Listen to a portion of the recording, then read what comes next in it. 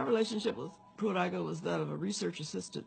I went to Washington University to graduate school in 1964. I was working on a National Institute of Mental Health funded study on social problems in public housing. My role was to study women and girls in Pruitt-Igoe. I was 20 years old. I'd just gotten out of college. Some of the girls were 18 years old, and I was 2 years older, but yet my life was vastly different. As time passed, I did wonder, would my life have been similar to that of the girls had my parents migrated from Mississippi to St. Louis? Would my opportunities have been different? I guess to put it bluntly, I never saw the people in Pruitt-Igoe as that different from the lives of poor people I had grown up with in Mississippi, except for one thing: the strong, tightly knit communities and families in which I grew up had begun to shatter around the people who were displaced in a northern city with few supports. And the policy and the housing authority was to move the poorest of the poor, the most dependent families, to Pruitt-Igoe. Before we moved into Pruitt-Igoe, the welfare department came to our home. They talked with my mother about moving into the housing project, but the stipulation was that my father could not be with us. They would put us into the housing project only if he left the state. My mother and father discussed it, and they decided that it was best for the 12 children for the father to leave the home. And that's how we got into the projects. The welfare department had a rule that no able-bodied man could be in the house if a woman received aid for dependent children. If a man lost his job, he's looking for work, he still had to leave the home. And there was even a night staff of men who worked for the welfare department whose job was to go to the homes of the welfare recipients, and they searched to find if there was a man in the home. Sometimes men came back at night to be with their families. Some were found in the closet hiding. I remember vividly my mother telling us, if white people come to the house and ask you guys questions, tell them that your father is not here. Tell them that your father has never been here. You have not seen your father. I trusted her. I knew that there was a reason that we had to do this charade, and I participated in the charade. I sat there and looked those people in the eye and told them with pure earnestness that no, I have not seen my father, and no, my daddy does not live here. And but I knew that I was lying, and that made me wonder, who are these people and how do they have the power to make my mother lie?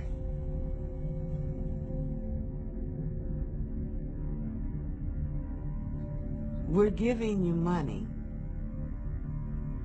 We want to be able to control you. We're giving you money, so we have the right to make stipulations as to how you use it and what you use it for. There were so many restrictions. We couldn't have a telephone. We couldn't have a television. And we were really left at the mercy of the system. In the project, it seemed to be strategically planned to create an environment that people felt isolated, that people felt restricted, that people felt, inhuman almost. You're bad, we have to restrain you, we have to curtail what you're doing. It was void of humanity. It was void of caring. It seemed more like a prison environment that you have to escape from. They were treated in some ways like they were prisoners. If we are going to support you, and to give you a few measly dollars to live on, then we're going to extract blood from you. You're going to live according to the rules we set. And the rules just happen to be very punitive. There was this whole undertone of morality, that they had poor morality, that they were immoral by virtue of the lifestyles they led. Poverty never created immorality. Poverty created want.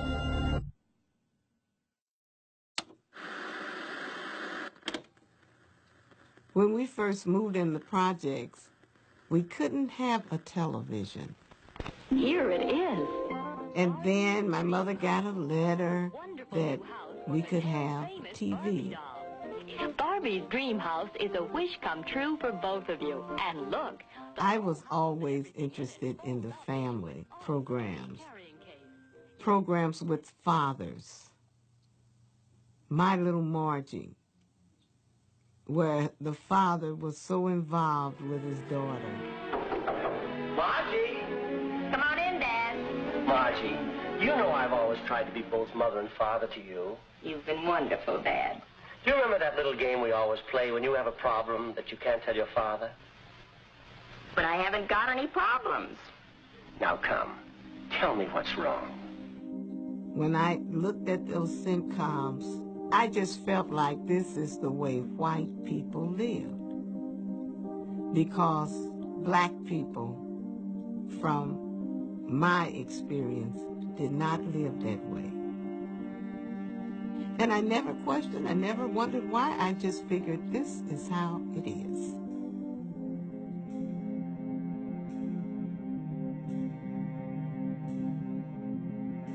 We have our home here, and if the colored move in and run real estate values down, it's bound to create tension.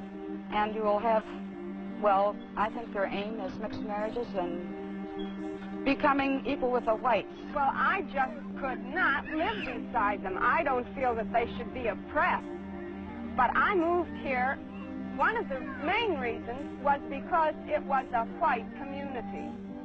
And that's the only place I intend to live. To recruit people into the welfare system, we relaxed the rules.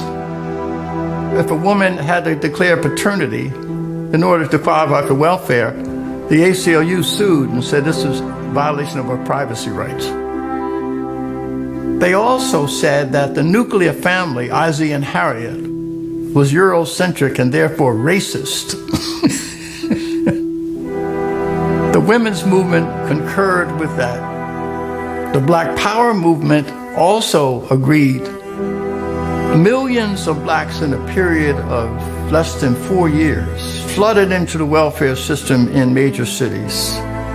At a time when the unemployment rate for blacks in New York for males was less than 4%. If I could get me a job where I could be my own man, they make me think that they're feeling sorry for me. Give me this, give me what I need. This is like a pet, like a dog, you know, like give him, you have to be fed now, give him some food. What you then saw as a consequence of separating work from income, the out of wedlock births in the black community began to skyrocket, went from under 25% to 70%. It is a neutron bomb that was dropped on this country, and it really hurt families, especially the black family. During slavery, a black kid was more likely to be raised under a roof with his biological mother and biological father than today.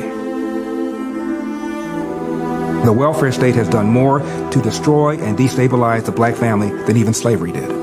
We allowed them to remove the fathers from our homes, removing the backbone of our families. I remember my dad used to be hard on us, making us fold clothes and washing dishes properly. And if we didn't, you know, we got a whooping. If we didn't do them right, or if we, you know, didn't do them when he told us to do them. And I didn't like him when he did that to us.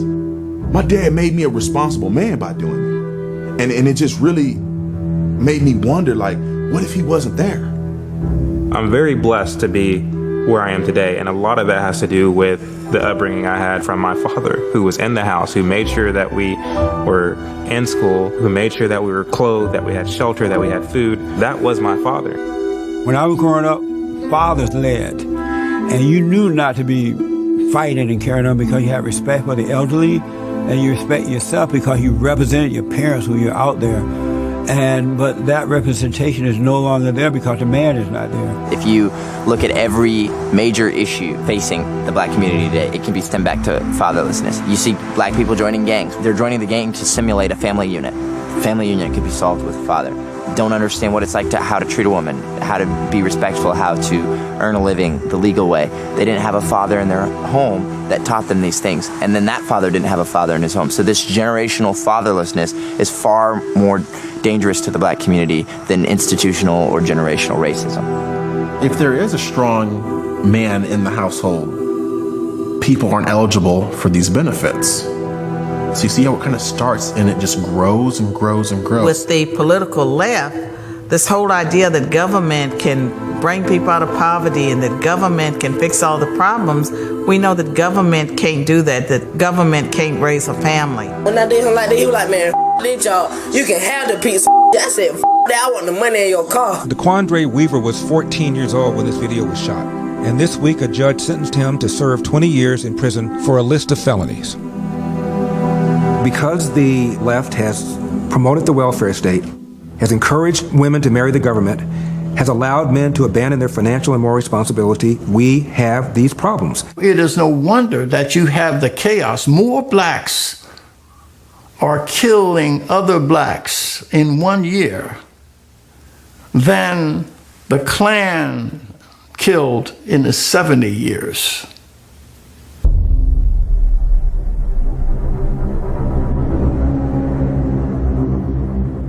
We are on autopilot in the destruction of our own communities. Black on black crime is something that our media tells us that we're not allowed to talk about.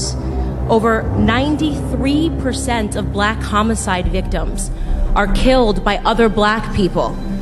We are not supposed to be outraged, and we're not told to remember the names of those victims.